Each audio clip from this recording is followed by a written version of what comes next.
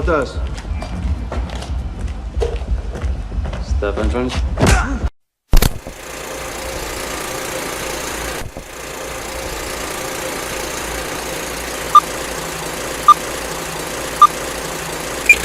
Please subscribe to our channel. Dev Patel's directorial debut film Monkey Man has already made quite a name for itself with regard to troubled production phases and, most recently, an uncertain release in India. Monkey Man opens with snippets of the past as the kid's mother, Neela, teaches him the stories of Hanuman, a deity in Hindu mythology who symbolizes perseverance, strength, and devotion. Fast forward to the present day, the kid is a part of an underground boxing club.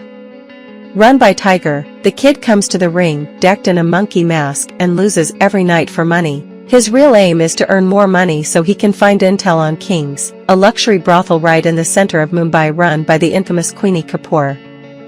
The kid sets up a meeting with Queenie by making his slum friend snatch her purse and then later asks her to offer him a job for his honesty.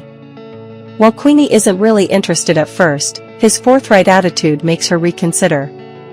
For the next few months, the kid works really hard as a cleaner who also does some errands on the side.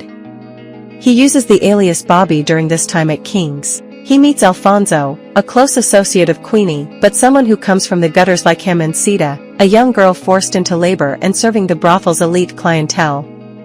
One of these days, Kid cozies up with Alfonso and helps him win some cash at one of his underground fights by letting him know about the result. They become fast friends, and Alfonso invites him to come serve with him in the VIP area of the establishment. The VIP area is reserved for those who are rich and powerful. One of the clients at the lounge is Rana, a ruthless policeman who we have been seeing in most of Kid's haunting memories. We soon learn that Rana was the person who attacked Kid's peaceful village and burned everything to the ground, including Kid's mother, Neela, who refused to let them take over. Fueled with revenge, Kid prepares himself some more to exact it. He befriends a local street dog, buys a gun from a local vendor, and readies himself for the day when Alfonso takes him upstairs to serve Rana. Kid uses the dog to smuggle a gun into the club in spite of tight security through the staff entrance, and then replaces Rana's cocaine with bleach.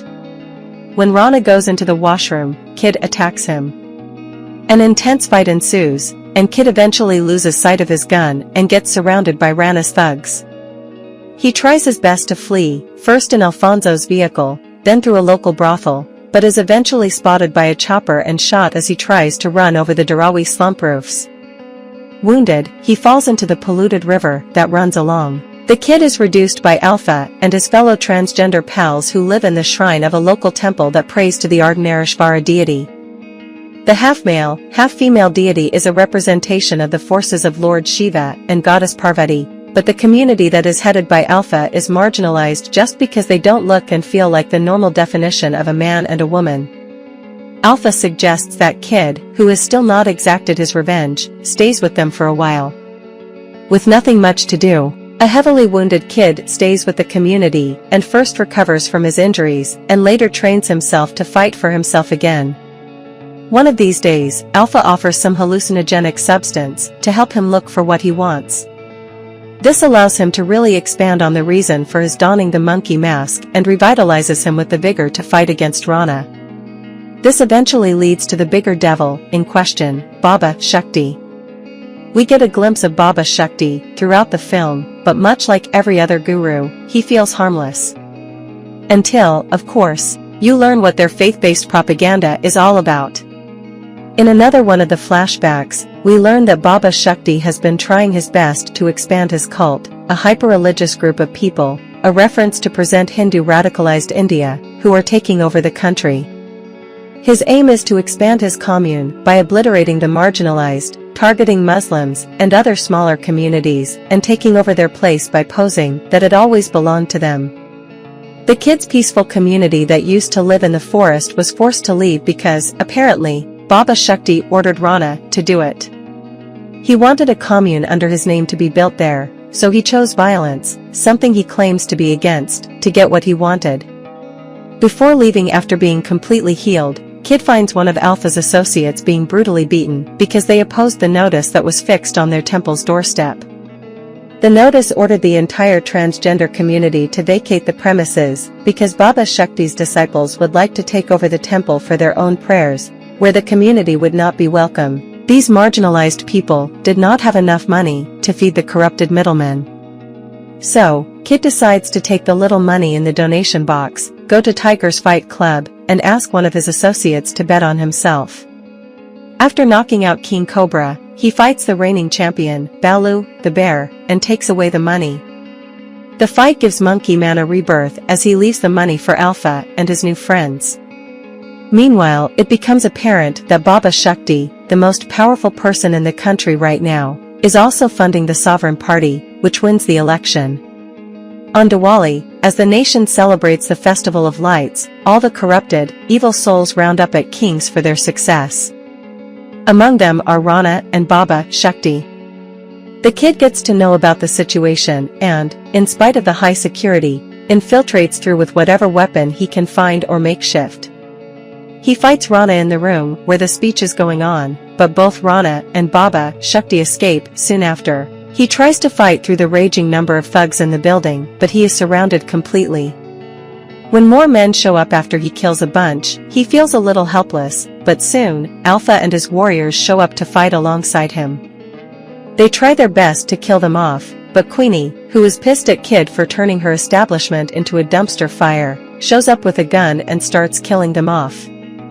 However, Sita, who has been taking all of her suppressive tendencies till now, takes a silver tray and kills her off, essentially freeing herself and becoming a koel, an Indian bird that is shown on one of her tattoos and revered as a higher power in Hindu texts. Kid snatches the tray away from her and uses it to cut off Queenie's thumb, which gets him access to the VIP lounge. There, he finds Rana and eventually punches him to death.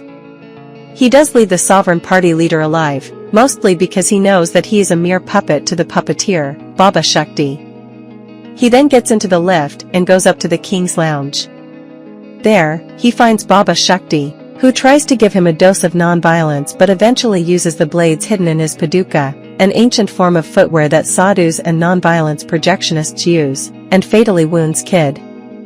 However, Kid overpowers him by using the same blade and stabbing him to his very death.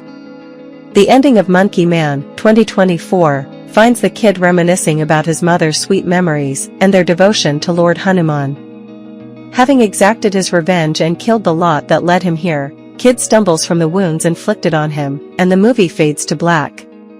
Did Kid die? I suppose he does.